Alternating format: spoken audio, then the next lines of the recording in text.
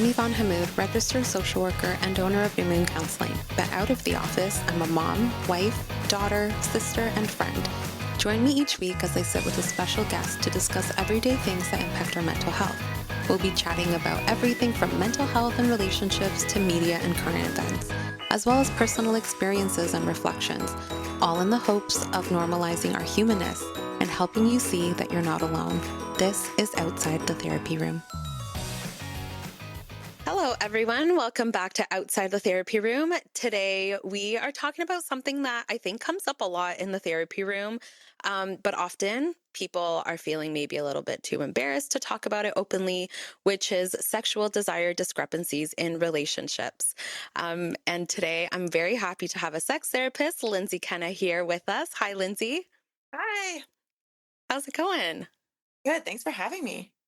Oh my gosh, thank you so much for being here. This is always a topic I wanted to discuss, but I wanted to have an expert on here who specializes in it. And so thank you for being here and sharing your expertise with us. Um, we always start off with an intro. So would you like to share a little bit about yourself? Sure. Do you want the professional side or like just me Let's personally? let's do professional first and then we'll do personal. Okay, cool. So I am a registered social worker, and I mainly focus on individuals, relationships, and sex therapy at Bliss Counseling. And I've been there for 11 years. And it's like very much my passion. I really love what I do. Yeah, that's amazing. And then because we're outside the therapy room, we always like to just ask a little bit about what you do or who you are outside of your profession. Oh my goodness. Okay. So right now, right now I have a 2-year-old and she's very busy. So I Aw. think a lot of my outside the therapy room right now is kind of focused on her and just having a blast. But aside from that, if it's like nice weather, you'll find me sitting outside reading. I love kayaking. Um, Mm. I used to really love going to the gym, but haven't had much time recently with her being so busy. Yeah. But yeah, I think I really like to hang out with my friends and my partner, and I love my family dog. Just pretty easy going. Yeah. Oh, that sounds so nice. And a 2-year-old always so busy, but it's Yeah. fun. It's fun busy sometimes. Yeah, she's sassy. She gives me attitude, and I hope she never loses that. Yeah. Yeah. She'll need that as she grows up. Yeah, yeah, for Yeah. sure. So, like I mentioned, we are talking about like sexual desire discrepancies. And I think maybe the first kind of way to get into this is what exactly is sexual desire discrepancies and how common is it in couples? Oh my goodness. Okay, so I feel like for a lot of the couples that I see, this is what they're coming for. So Mhm. I see it as something that's very common. I know that a lot of times people might not feel that way, but it really, really is. Yeah. So desire discrepancy kind of happens when partners just have a difference in experience with desire. So sometimes people will call it like a mismatch, or they'll tend to describe it as like, my partner has a higher libido or higher sexual desire, and I find that mine is lower. Um, so that's kind of how it tends to get described. It's just like there's a Mhm. bit of a mismatch or a difference. I kind of like to see it as like a difference in experience with desire, or a different way of tapping into somebody's sexual desire, and also like a difference in intensity levels of desire. Yeah. I would agree with you. It is really common. It comes in to my office as well. Usually not what they're coming in with, but somewhere in the conversation, it ends up coming up. But do you think there is usually a normal level of desire? Is that something that you think exists? I don't really know. I think that we have like a lot of what's the word I'm thinking of? Like what we think it should look like, and then we kind of Yeah. think that that's normal. But I don't really know if there's like what normal looks like, because I think everybody's normal with desires is different than maybe somebody Hmm. else's. And I think that like we also kind of have to say that like I at some point in a long-term relationship, most if not all couples will experience a difference in desire. So it's, again, it's kind of hard to figure out like what is that normal. Yeah. But it's just so common. hmm I think people are usually surprised by how common it is. And I think sex can be such like a taboo topic to speak outside of like the relationship or the couple as a unit. And so sometimes when I know in my therapy room, when I'm like, this is super common. You Mhm. guys are fine. Like this is like normal. Now let's figure it out between the two of you. It's often like, really? Like this is normal? Like or common people or other couples are having conversations about this as well. And yeah, I think it's just like the topic of sex can just be really uncomfortable for a lot of people. Oh yeah, like I feel like when people walk through our doors, it's so vulnerable. And I love to say, like, I get that on this side of the couch, I talk about sex all the time. And I like can understand why where you're sitting, this Yeah. probably feels very odd and weird. And I think that there's a lot of like worry that like, okay, I'm broken. There's something wrong with me. My partner wants Yeah. sex so often and I can't even really get into it. But then I think throughout conversations, when we kind of explain a little bit about, the differences and how to tap into it, um people begin to really see like, oh, actually what I'm experiencing is quite normal. And I'm not hmm broken, there's nothing wrong with me. And then I guess, you start thinking about like ways to maybe bridge the differences. Yeah. Yeah. Um, I mean, one thing that I've seen too is couples often interpret this like desire discrepancy as rejection or inadequacy rather than just a difference in desire patterns. What do you think about that? I think, yeah, for sure. I think a lot of times people feel as though, like, they're coming to their partners, they're trying to initiate, they're putting themselves out there.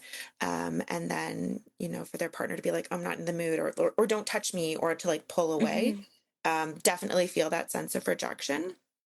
But Yeah. oftentimes I don't think it's really that person trying to reject them. It's just that they're like, like, I really don't want to do this. Or like they hmm maybe are kind of hopping into a place of avoidance or feeling things themselves, right? So I don't think that they're necessarily trying to hurt their partner's feelings or anything, but it can come across like that.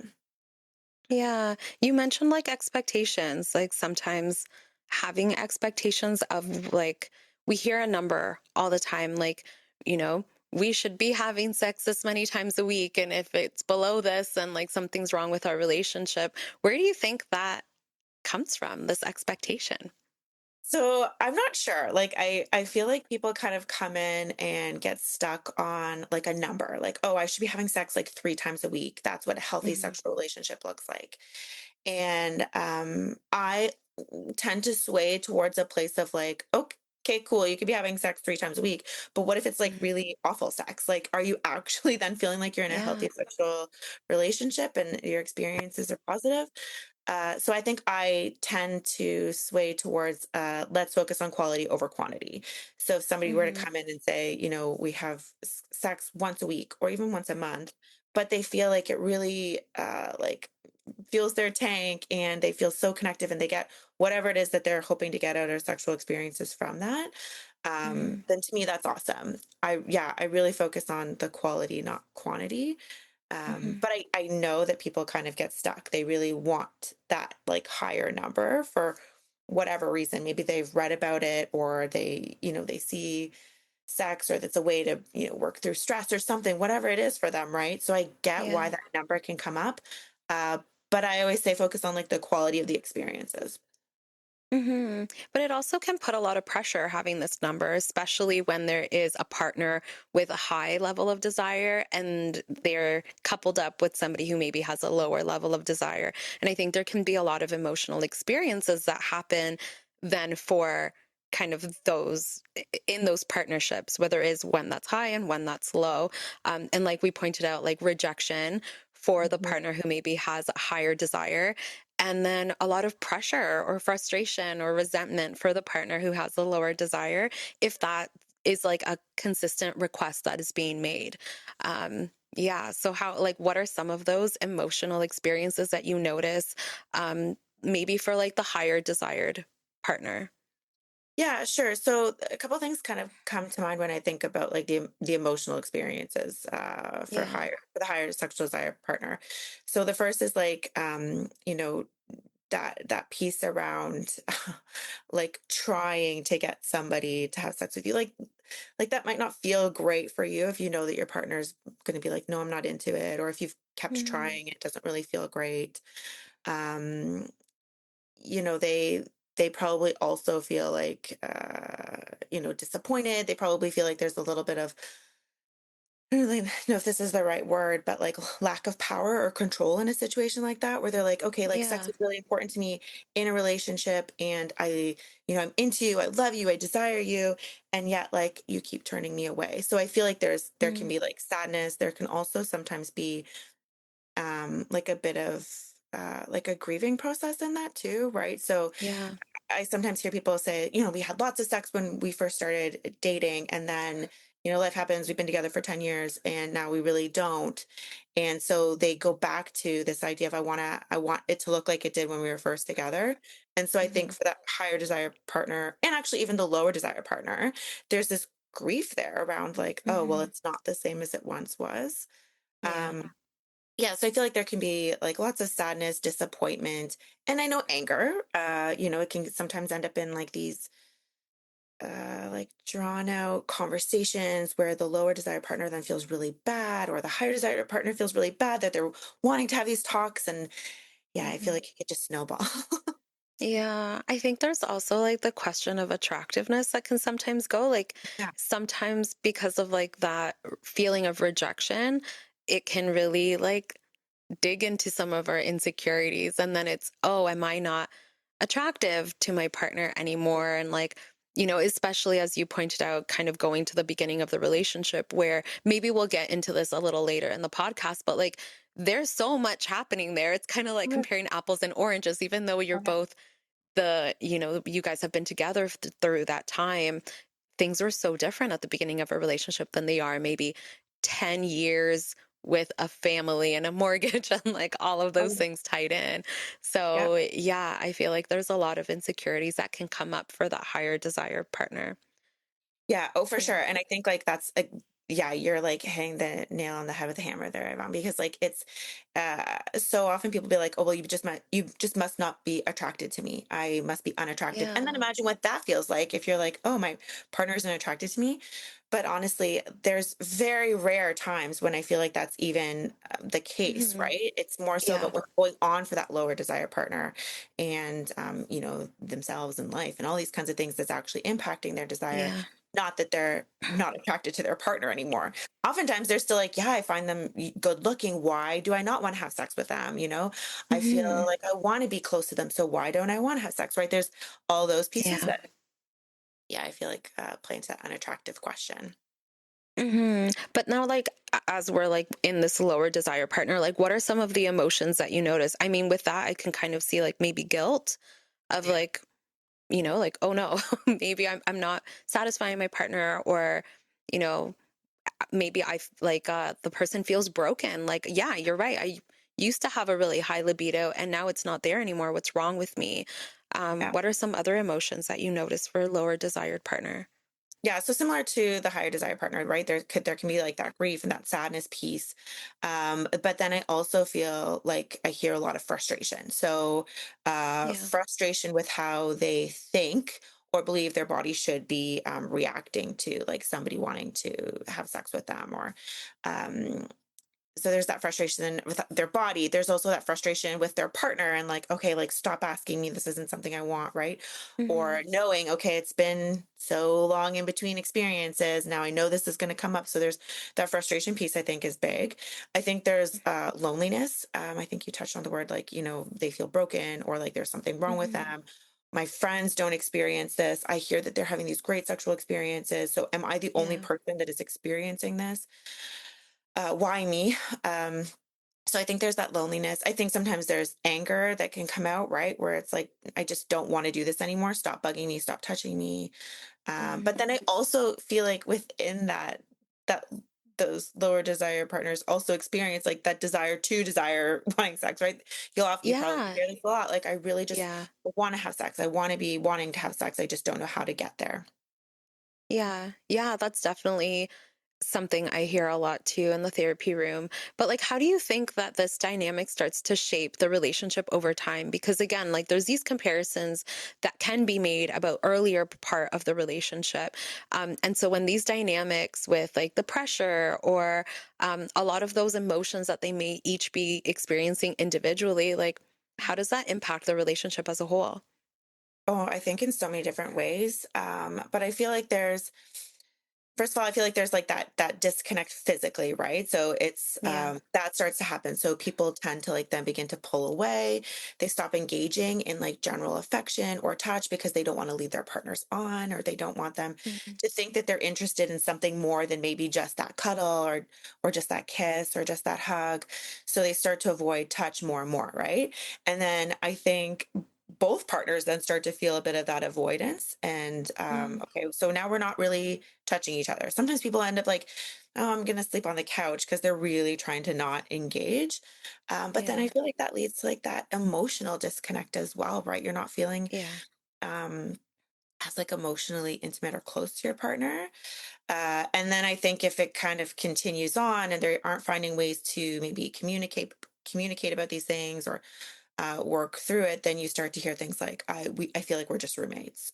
We're just friends. We're just, Hmm. household partners. We're parenting together. And then I think when people start to feel like that in their romantic relationships, there's more of like the conflicts and the disagreements around sex, which kind of just continues to keep us in this place of avoidance around it. Hmm. Yeah. Yeah. I think, yeah, you touched on like the impact of the relationship, but also the individual mental health of each partner in this, right? Like sexual desire differences isn't just about sex. Sometimes it does impact, like we talked about, like our identity, our self Yeah. esteem, and then emotional safety in the relationship. It kind of can be the thing that starts pulling the couple apart. Emotionally, so then there is no connection. So like, on top of that, like what are some other ways that mental health is affected from the sexual desire discrepancies? Yeah, I think like it can contribute to like some anxiousness, right? So then like sometimes Yeah. people will share things like, the kids have gone away and like I know that my partner's expecting this and it just gets my anxiety up a little bit more. Or they're recognizing that there are these issues. So there's like potentially like a little bit more low mood, sadness, general unhappiness. And so I think like it definitely can contribute to our mental wellness, but then Hmm. uh, it, it it kind of I think stems from a place of like just a lack of understanding about really what's going on. Because Yeah. once people start to put some of the puzzle pieces together, they do feel a little better, right? Some of that anxiousness, some of that low mood, some of the general sadness and unhappiness begins to lift a bit. Um, Hmm. yeah, but definitely when you feel like I am stuck, I don't know what to do, I don't know how we're going to get through this. Of course, it's going to contribute that. It really probably feels Hmm. like this lingering elephant in the room, right? That like nobody's really Yeah. touching on. Yeah. Yeah. How do you think, like, how do you see in your work, like partners internalizing these differences as something, being wrong with them? Because then that's where the anxiety can come up, as we touched on, like the depression, maybe resentment, or starting to feel insecure in the relationship as a whole. Like, yeah, Yeah. how do you see that in your line of work? Yeah, so I think that like that internalization I think comes again from like maybe what people think desire should look like. And then when Hmm. it's not fitting into that box or even close to that box, there's like, okay, there's something wrong with me, right? And then I think that that would Yeah. kind of contribute to a bit more of those feelings.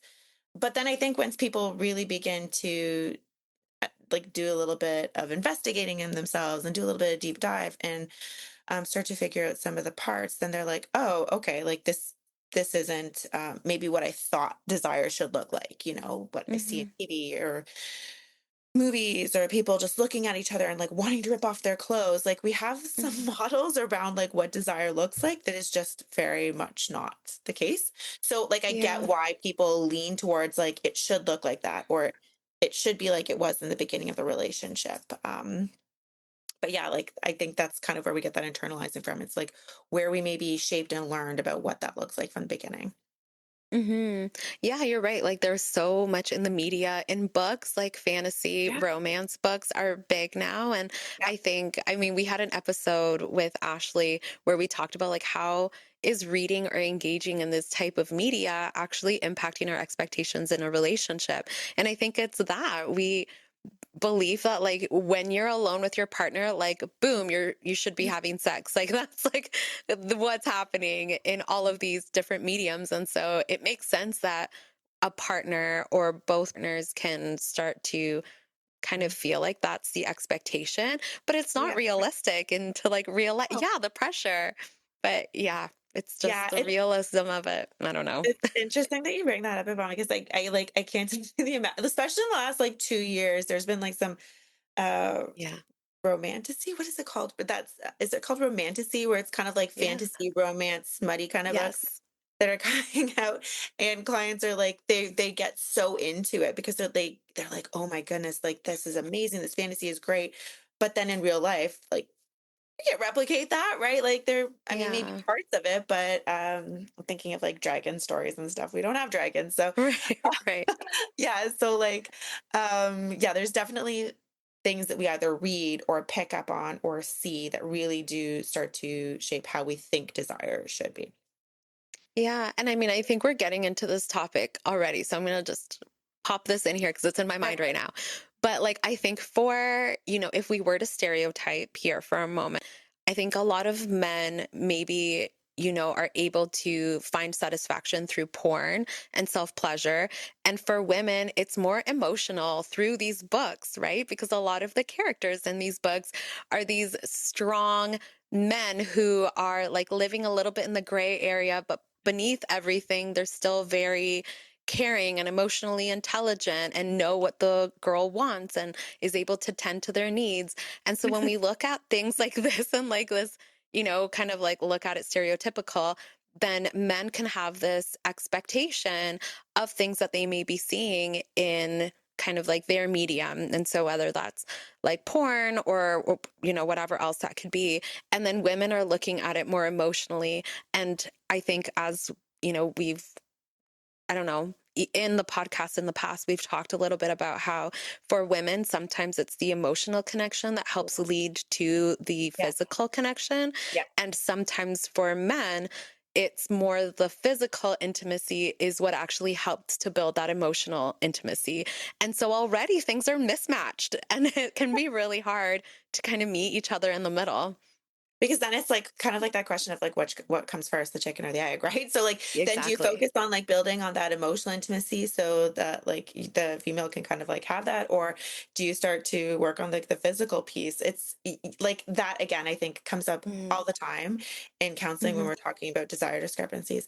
And another piece, you'll even throw a wrench in what you're saying about like the expectations that come from these, right? Like so whether it's the expectations that people are watching when or expectations that people have when they're watching porn or like expectations that people have when they're reading these books, like the pressure that that puts on their partner to like Yeah. be like that. I think we sometimes hear a lot, especially now with like more of these like erotic books, being so popular, that women do want these like really emotionally intelligent men who like know where to touch them, know what they want, but then also really want them to be assertive, right? And Mm-hmm. so like imagine being the partner and then being like, well, that kind of makes me uncomfortable. I don't really know how to be so Yeah. assertive. And Yeah. again, if we were to flip that, if somebody's watching porn and they're like, that's the kind of sex I want to be having, and I want to be doing all this stuff here, and then their partner's like, well, that's a lot of pressure on me. I don't really even know how, or if I would like that, Mm-hmm. right? So it's really interesting, yeah, like the desire and sex that we see or hear or read about, and then how that plays into like our desires or what we want. Mm-hmm. Yeah. And the pressure's there, right? Oh, yeah. It's there. The expectation, like it can really get in the way. But as we're kind of staying within these stereotypes, and I want to just like, preface it by saying like these are stereotypes that it's just gonna, maybe make our conversation today a little easier. But sometimes men are kind of often seen as the ones having the higher Mhm. sexual desire, and females are seen as having the lower sexual desire. But that's not all the time. Sometimes women do No. have the higher sexual desire and their partner doesn't. And the same thing can happen in same sex relationships where one Yeah. person might have a higher desire than the other person. And so, just for like, I don't know how our conversation is going to go, but I just want to make sure that if we're talking about men or women and these kind of low or high sexual desires, it can be, for any Oh kind yeah. of relationship that it shows up in. But yeah, I think a Yeah. lot of people assume something's wrong if their desire doesn't match, or like, oh, maybe we aren't a good partnership because our desire isn't the same. But there's so many other factors involved. And I think as Mm. we're going into these stereotypes for women, I think we hear a lot in a relation. I mean, I've heard a lot from clients once they become parents or enter the next stage of life, um, like the male's sexual desire really doesn't really change, but for the female it does. Their whole body just went through a change, and so sometimes that's when things start feeling a little bit off, or there's a little bit more pressure that both parties can kind of feel, as these changes kind of happen in their lives. And so what are your kind of view or take on that? Yeah, I think first I'll kind of touch back to what you were just saying. I think that a lot of times people assume that like the clients we see are like if it's in a heterosexual relationship that it's going to be like Hmm. the male has the higher desire and the female has the lower. Yeah. But I can't tell you the amount of times that that's actually not the case, right? Yeah. Um, and I think sometimes people are just like, wait, what? Like, how does that make much sense? But Hmm. everybody can experience low or high. It really doesn't matter, right? So I think Yeah. some Yeah. common factors that can maybe contribute to like those desire differences for women, I think you touched on some of those, right? Like changing bodies and sensations, right? So Hmm. pre-baby, after baby, perimenopause, menopause, weight fluctuations. Hmm. I hear a lot about like the mental load. I'm sure you do as well, like where things Yeah. can contribute. I feel like I'm taking on so much with children in the household. I'm working, so like that stress and that impacts my ability to really tap into desire. Family Hmm. responsibilities, that emotional connection, I think that you had mentioned before. What about relationship dynamics? Like, what's actually going on in the relationship, right? Like, what is the Yeah. quality there? How close do you feel to your person? Mental health, medications. So we know that that can sometimes impact where people say, Hmm. hey, like I started on this antidepressant or anti-anxiety medication. That's when I noticed a bit of the shift in my desire. But, you know, Hmm. the medication is actually making you feel well. So we're just going to have to rub up against that. Yeah. And I think all of those things can also be very true for men as well, right? So they're changing bodies. What about aging? Hmm. One I think that is that can definitely impact people's or men's experience with desire is like their relationship with their erections, right? Like so Hmm. we get a lot of men that come in and they're like, oh no, like I'm having difficulty maintaining or getting, and that impacts their experience with Hmm. desire. And also pressures that society puts on men around like, Yeah. well, you need to be able to get that erection, you need to be able to maintain it for so long. Um, so there's lots of pieces there. That one I was saying around like being assertive, like some men just Hmm. feel a little bit uncomfortable with like taking charge or being a leader in the bedroom. And um, Hmm. yeah, like, okay, what does this look like for me? And this isn't maybe something that I'm used to outside of the bedroom. And now my partner really wants this. And then that kind of can impact their experience with desire. Yeah. Um, Again, mental health and their wellness, medications they take, relationship dynamics, stress, all these pieces really do Hmm. impact. Yeah. Yeah, those are big ones. They lean towards insecurities too, right? Yeah, the relationship with their erection, with desire, with like all of those things, it can be really difficult. And then, as you pointed out, any kind of support that you're doing, physical or for your mental health, like medication, is also Yeah. going to have an impact, which can be such a frustrating place to be in. And as you pointed out, like it might be helping, but it's impacting this other area. And so that's just something that needs to kind of be discussed and, figured out. But it can be hard. I think there's a lot of, um, you know, eh, contributing factors to our like sexual desire discrepancies. And it's about trying to be reflective and understand what are some of these other external challenges that are kind of coming up and impacting my sexual desire. And I think, something that also comes up a lot in the therapy room is like spontaneous and responsive desire. So Yeah. can you maybe tell us a little bit about what those terms are for our listeners? Yeah, sure. Okay, so I'll start by kind of like bringing in some science behind desire, Yeah. and I'm really pulling this from Emily Nagoski's work, and I really encourage all my clients when they're exploring desire to really take a look at her work. So kind of like a way to explain this is that like our brain has a pair of mechanisms called the sexual excitation system and the sexual inhibition system. So we think of the excitation system as like an accelerator and the inhibition system as a brake. Mhm. So the accelerator system notices like sexy things in the environment and sends signals that say like, okay, turn on. But at the same time, that brake system is scanning for all the reasons not to be turned on or potential threats. And so it sends like the turn off signal. So there are lots of things that impact our accelerator brakes, some of those things that we've talked about. For example, if we're feeling relaxed, if we're feeling confident, if we're in a good mood, don't feel much stress, it's a bit easier to access that accelerator.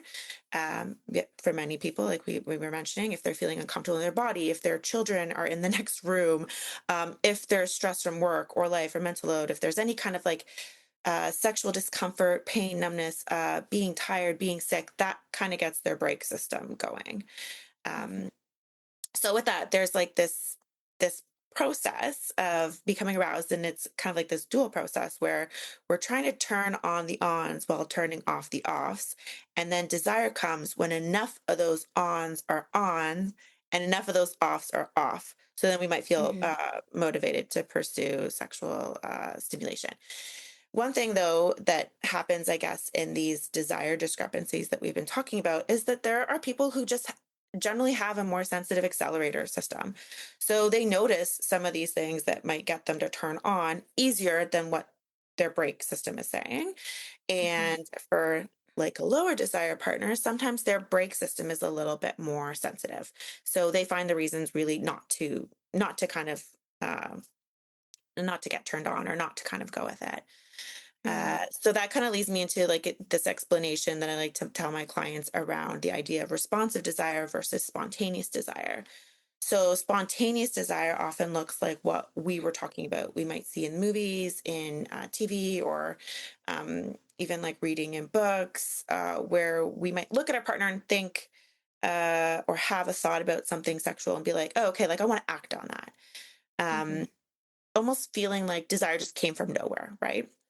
Whereas, like most people actually experience responsive desire, where they need specific contexts to feel right and stimulation before noticing desire. So, think of that as arousal coming before desire or desire emerging in response to rather than the anticipation of sexual Mhm. arousal. So for many people, needing some flirting, needing some touching, needing that build up where they're noticing all these like really great sensations before desire to go further. And I think even like when Mhm. we were talking about like that emotional piece for a lot of women too, right? It's not just like, what's happening the 5 minutes before they're about to go to the bedroom, but like what was going on in the week? Did they feel supported by their partner? Like, did they Mhm. have some help around the house? Like all those parts that might be contributing to that warm up. Maybe for men if they are more physical, or for women if they're more physical, maybe having some of that like playful touch or sensual touch throughout the week that's kind of building up. Um, Mhm. so most people actually experience both types of desire at different times in their lives and at different times in a relationship. So, like we are saying, those couples where they say like there was lots of desire early on in the relationship. Well, that makes sense. It was new and shiny, new relationship energy, right? Mhm. Um, and it's okay, and it's also okay, sorry, that if like after years together, after children, after all the ups and downs in a relationship, that it might look and feel different. So neither spontaneous or responsive desire is better or worse than the other. They're just different ways of actually experiencing desire.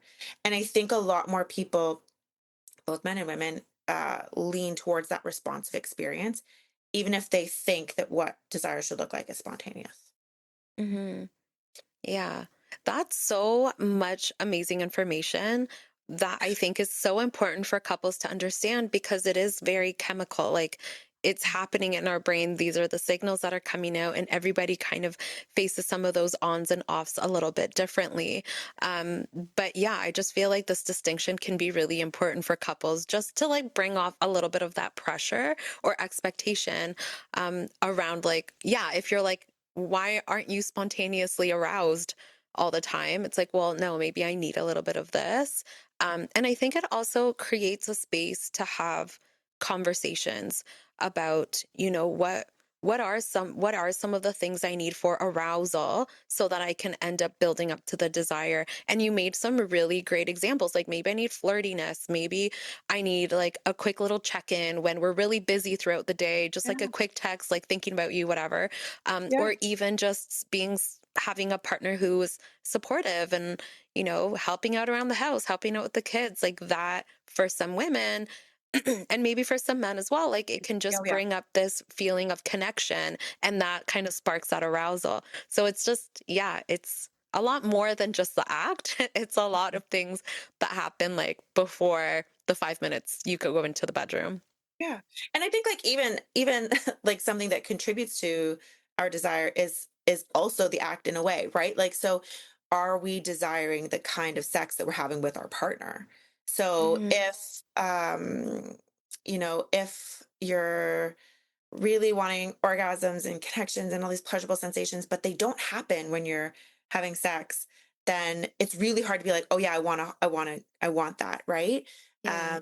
So even like, yeah, there's so many parts to this puzzle. I keep saying that, but Hmm. there's so many parts to this puzzle that yeah, there's your experience with desire, but then also the kinds of things that you're desiring. So again, I think like bringing in um, sexual communication and having these conversations and saying, okay, here's what I'm noticing about myself. And we don't really want to be doing that in like a negative way, but like, hey, I would really like Hmm. more of this kind of touch, or I need this kind of support leading up to something in order for Hmm. me to feel a little bit more relaxed and to get into that headspace.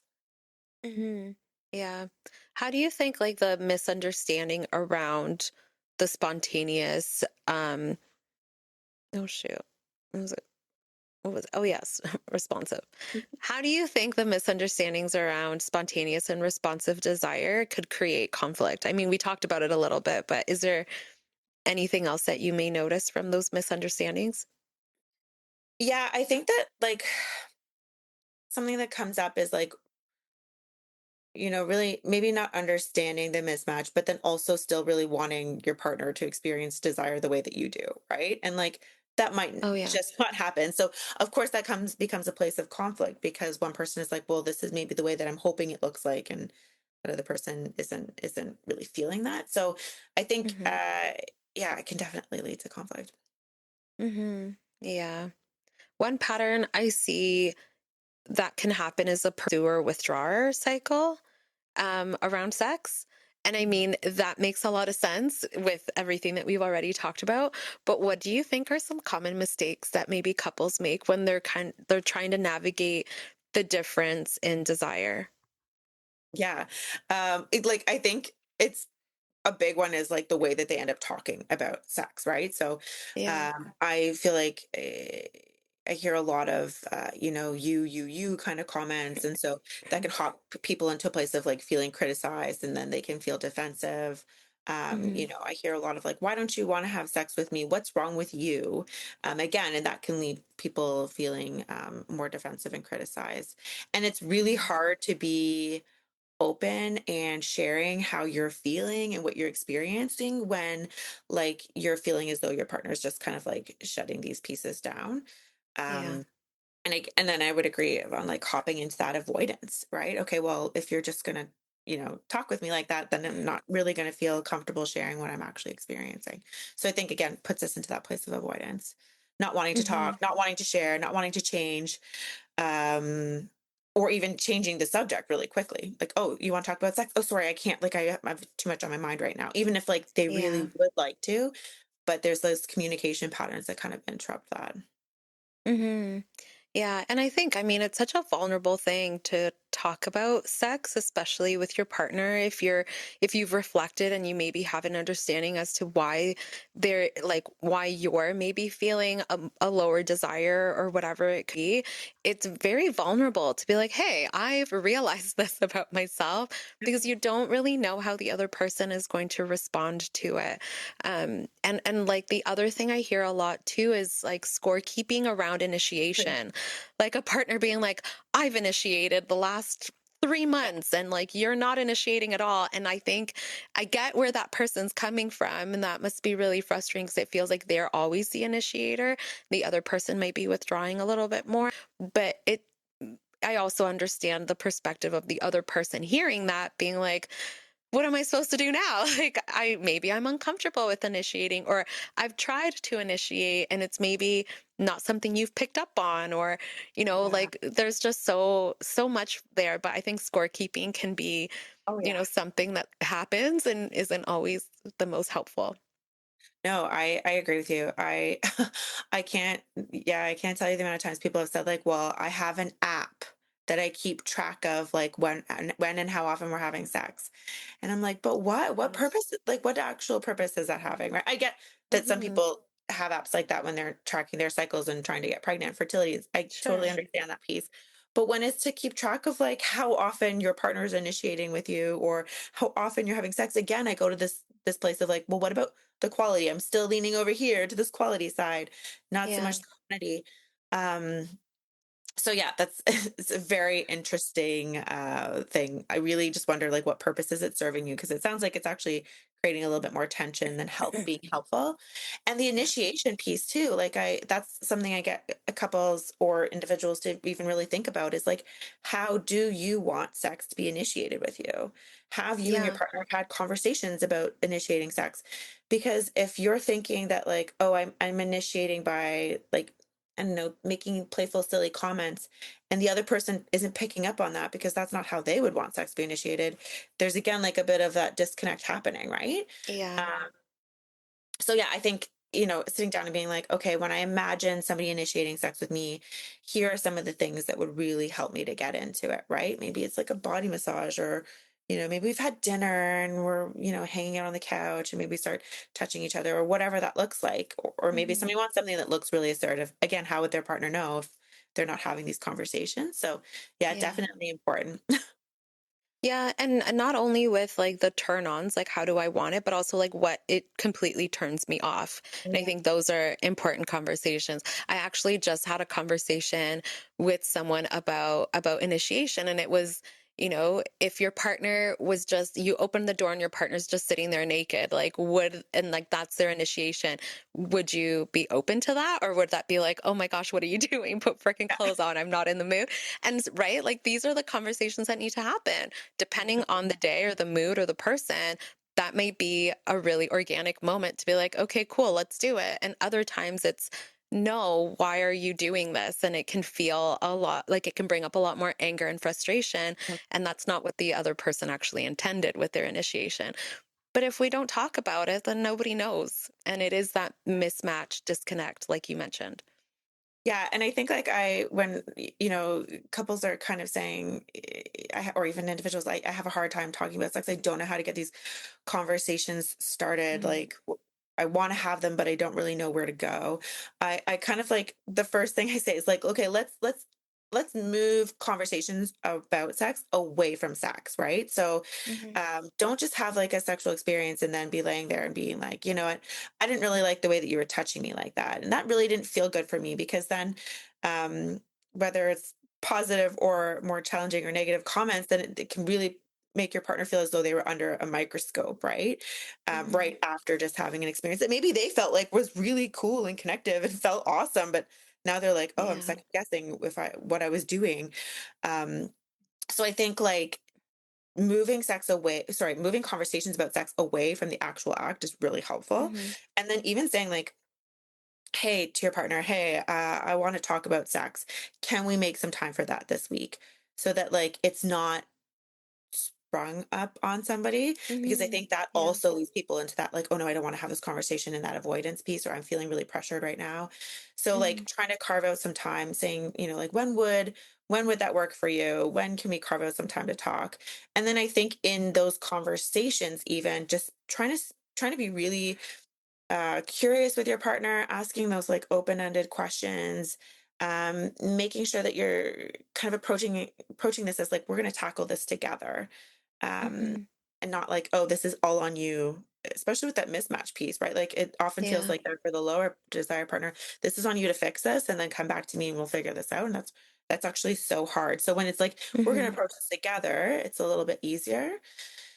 Um, yeah, I think, yeah, definitely moving conversations about sex away from sex and then setting up times and asking, almost like asking permission, like when can we have this? Mhm. There's also like I know that if you were to do like a Google search, you could probably find like Esther Perel's sex questions. John Mhm. Gottman has like the Gottman deck of cards app, and in that app, Yeah. it's a free app, and in that app, he has sex questions, and sometimes that's actually helpful for couples to just sort of explore like general questions about sex Mhm. that they can talk with one another if they find that they are curious but don't necessarily have the words or the conversation starters. What I love about Gottman's card decks is that it rates it differently. There's a mild, medium, and spicy option for it, but there's also like a discovery deck. So like, yeah, Mhm. it can be really helpful because yeah, sometimes we don't know what questions to ask or what reflections to Yeah. have with our partner. And so it's helpful to have like a guide in some sense. Um, yeah, I also something I tell my couples is just it's going to be uncomfortable. You just kind of have to allow it to be at the beginning, Yeah. especially for a couple who's not used to having those conversations around sex. Um, and so just allowing it to be, and it can be funny, there could be laughter, they'd be like, oh my God, this is super awkward, Yeah. and that's fine. That's all okay as long as you're having that conversation. And also like setting some disclaimers if needed. So like we're not going to laugh or pass judgment. We're not going to like single a person out on whatever. Like we are kind of like what you said, right? We are tackling this together. And so kind of like being supportive of each other while we're communicating can be really helpful. But communication is so important, not only for physical intimacy, but also emotional intimacy to kind of check in and for the other partner to have an understanding as to what is impacting the other partner in Mhm. terms of like their sexual desire because of as we pointed out earlier, it can be work related, it can be stress, it can be the kids are in the next room, it could have absolutely nothing between the two partners. It's everything outside of that that is impacting. Yeah. So yeah, it's good to have a chat about it. Oh, yeah. Yeah. I would agree with you on that. And I think um, like, yeah, you're coming from a place that is so vulnerable when you're talking about sex and what you're wanting, what you're feeling, what you're noticing in yourself. Like that emotional safety piece, I think is huge. Like it's really hard to share your body with somebody that you don't feel safe with, right? Hmm. It's really Yeah. hard to share your body with somebody that you don't feel like you can even really talk to about what's going on. And so I think like, yeah, creating more of that for couples is really helpful. What are some other healthy ways that couples can navigate sexual desire differences? We talked about open communication and having conversations about desire, but what are some other things? I think like that piece around like tackling it as a team, right? So just being like, okay, so we're noticing that there's this mismatch and we understand where this is coming from. What's next? What are some things that we can do together to Mm-hmm. I say it as like to kind of try and bridge that. I also think like carving out time for those experiences to happen because again it can feel like a lot of pressure on the higher desire partner or the lower desire partner around initiating and when is it going to happen and all those kinds of things, whereas I think if you're just to say okay, let's carve out some time again, I'm like, oh, let's schedule this. I know it sounds super unsexy, but let's Yeah. schedule some time this weekend. Maybe the kids are going to be off with their friends or their grandparents, or they're away or they're asleep, whatever. Let's just head up to the bedroom and let's just see where things go, right? Like, no Mm-hmm. pressure. If it ends up being just a cool makeout session, awesome, right? Like, Mm-hmm. let's just see how our bodies feel and build up that arousal and see if then desire will come. So, yeah, I think Mm-hmm. the communication piece is important. Approaching things as a team and tackling it together and making the changes together. But then I also think that, like, okay, that actual step, like what's next. And I think Mhm. that comes from like scheduling, making this like a priority. Um, yeah, and then kind of going from there. Mhm. I like the idea of like try to have intimacy, like physical intimacy, but there's already both people know already in advance that there's going to be no sex. So maybe it is like a long makeout session. Maybe there is touching, but you know that the ending isn't going to be like there's no like penetrative sex at the end. And Mhm. so sometimes that can let go of that pressure as well. Oh, yeah. I actually don't mind the scheduling intimacy. I think, especially for people that are really busy or, they have a hard time connecting because they're, busy in their individual lives and then come home and have to deal with all the home stuff. Like you're like, some people might find it unsexy, but it can be helpful to kind of, work at it a little bit at the beginning, and then that can create more spontaneous moments in the future. Yeah. Um, but yeah. Yeah, I think like even to touch on that too, it's really interesting because then, when we say that, people kind of give a little bit of pushback around like, oh, well, that's not spontaneous. That doesn't feel like it's organic or natural or whatever this language that comes out, right? But again, if we were to go back to early in the beginning of a relationship, you might not have lived together, right? You might have Mhm. been like, okay, like let's meet up at this restaurant or let's go out on this date or something. So there's like this anticipation that builds to like see this person. And oftentimes there's this idea that like, oh, maybe this is going to turn into something later on, right? So in a Mhm. way, our minds are kind of like planning it, even though it doesn't Yeah. seem like it in the moment, but it's like, oh, okay, like this could turn into something later. So there's a little bit of a plan or a little bit of an idea. And so that isn't necessarily spontaneous, right? It's been thought about. And so it can be like that in long-term relationships as well when we're scheduling things, because it can actually be something to look forward to. Mhm. Oh, I'm really looking forward to our date night on Friday, or like, where we order in food and then like end up in the bedroom, or maybe you end up in the bedroom and then you have the food, right? Um, Mhm. yeah, so it's interesting. There's a lot of pushback around scheduling, but I think in research that's been done around like desire and sex and long-term relationships, communication and scheduling and making it a priority are actually things that contribute to it being Yeah. great. Yeah. I mean, it's carving out the time, really. And then both parties know, and there is an expectation that this is our time for us. Um, yeah. In And whatever I way you think want to make timing it, is right? Like, right. I think timing's a big thing, even like with what you were pointing out about having a conversation. If you start like, hey, let's talk about sex right now, it might not be the best timing for that person. And so having like, when is there a time? Let's schedule it out, whether it's for the conversation or, this is an opportunity for us to be intimate. And like, I think that that can be really helpful too, because there is an expectation now. Both people know this is what our goal is for this time yeah. on this date. And it can be something to look forward to. Oh, yeah. Oh, yeah, for Yeah. sure. And I think that's really helpful for clients with desire discrepancies because there's both of them are kind of like, okay, we're on board, right? Obviously, this is like, Yeah. we're going to do this together. We're tackling this as a team. We've talked about it. It's not that you're planning out every like little detail of like what's Right. going to happen, right? Yeah. And cool, but if you are, that's also awesome for you. But like, Yeah. it could just be like, okay, let's see what happens when we get to the bedroom later. Let's start with some massages and see where it goes. No pressure Mhm. if it ends up in penetrative, cool. But if not, then we just had a really good time.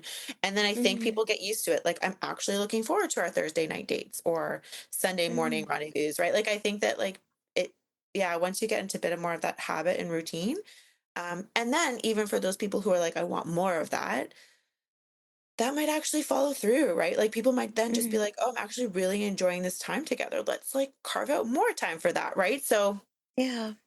yeah, Yeah. the road will take you somewhere. Yeah, it's a good start, especially like for those couples who are finding that challenge. We talked a little bit about how emotional safety plays into sexual desire. Is there anything that we missed that you want to kind of talk about now in terms of like the role that emotional safety plays?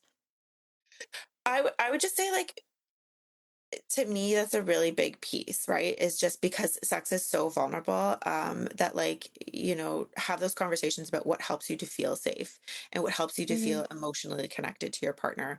Um, and yeah, and kind of put the focus on that too. Yeah, and it's a good reflection for our listeners. Like, if you are finding this sexual discrepancy, like, just have a moment to reflect. Like, what does emotional safety look like for me in my relationship?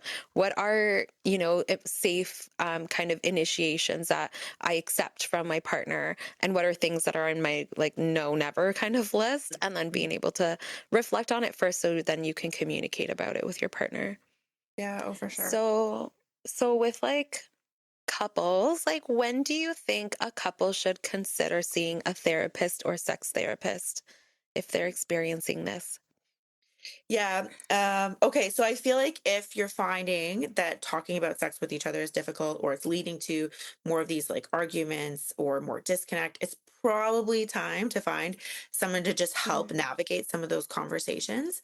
mhm, I also think that if you're really struggling with what you think desire should look like, and are not experiencing that, then talking about that with a sex therapist can be really helpful to normalize and, validate your experience, and also help you to learn some ways to kind of tap into the way that you experience it, right? So if it's that mhm. responsive way, how can you kind of tap into that?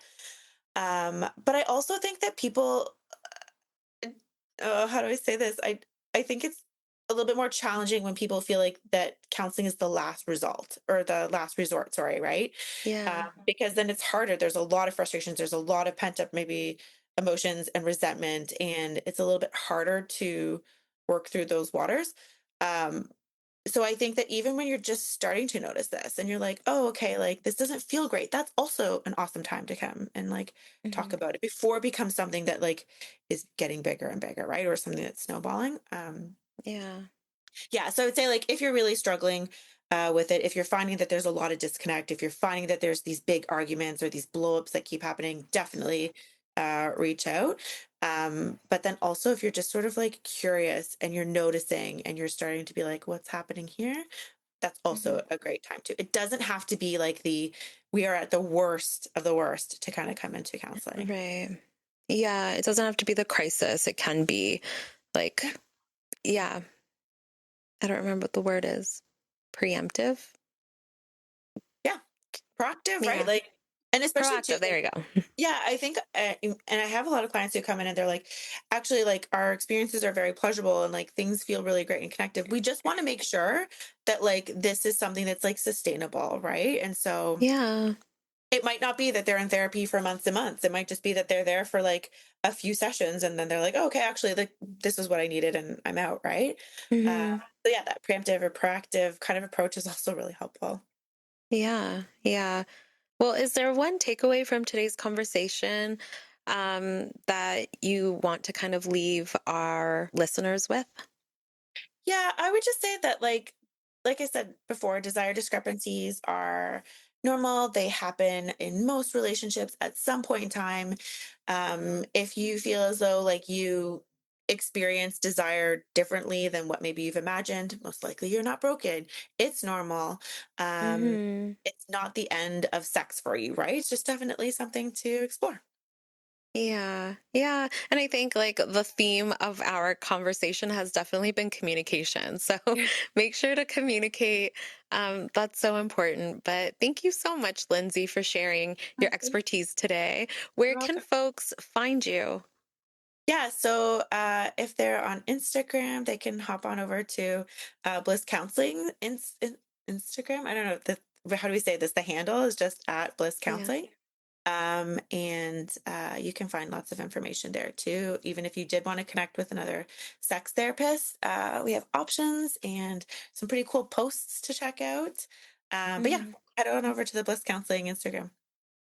Awesome. And we'll have both the Bliss Instagram and the website on our show notes as well, along with the resource that you mentioned today. And I think you have some other resources that I'll also add into the show notes for folks.